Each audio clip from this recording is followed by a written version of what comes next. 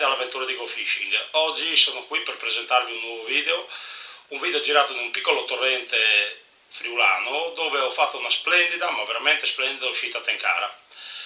Mi sono veramente divertito. Il bello è stato un po' così constatare il miglioramento finalmente di un fiume. Questo torrente lo frequento da quando avevo 18-19 anni.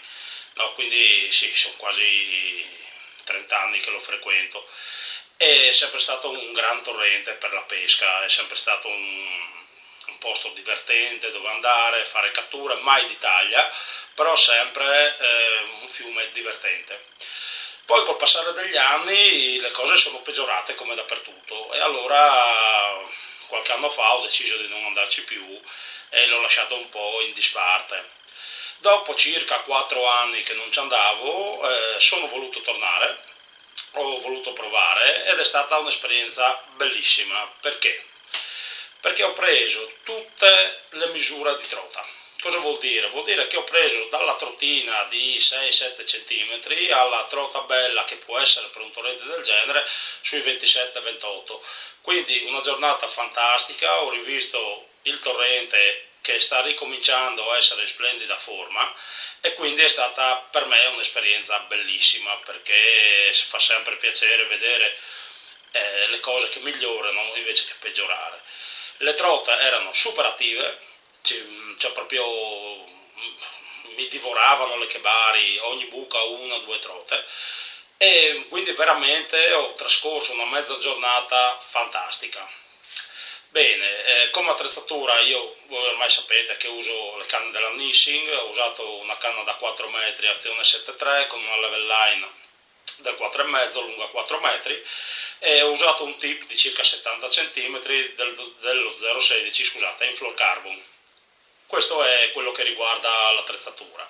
Il video come sempre è diviso in 3 parti, questa è introduttiva, la parte centrale è dedicata alla giornata di pesca e nella parte finale vi farò vedere perché oggi comunque la scelta della Kebari è stata essenziale e fortunatamente l'ho scovata subito quella giusta ed è stato subito divertimento massimo. E quindi la terza parte verrà dedicata alla costruzione di questa Kebari che mi ha fatto divertire tantissimo. L'unica cosa un po' così che noterete anche voi è quest'anno purtroppo sì, c'è niente da fare, piove poco e i livelli sono stati bassi e quindi è stato un po' difficile anche pescarci, però comunque i risultati poi li vedrete nel video, ci sono stati.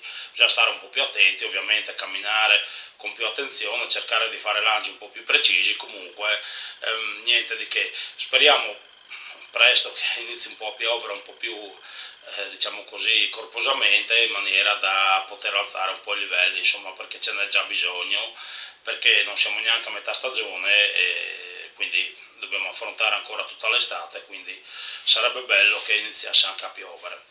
Bene, mi sembra di avervi detto tutto, vi ringrazio per l'attenzione, vi ricordo, se non lo siete ancora, di iscrivervi al canale, di lasciare un bel like se il video vi piace e arrivederci a presto con le nuove avventure di Go Fishing. Un saluto a tutti, ciao ragazzi!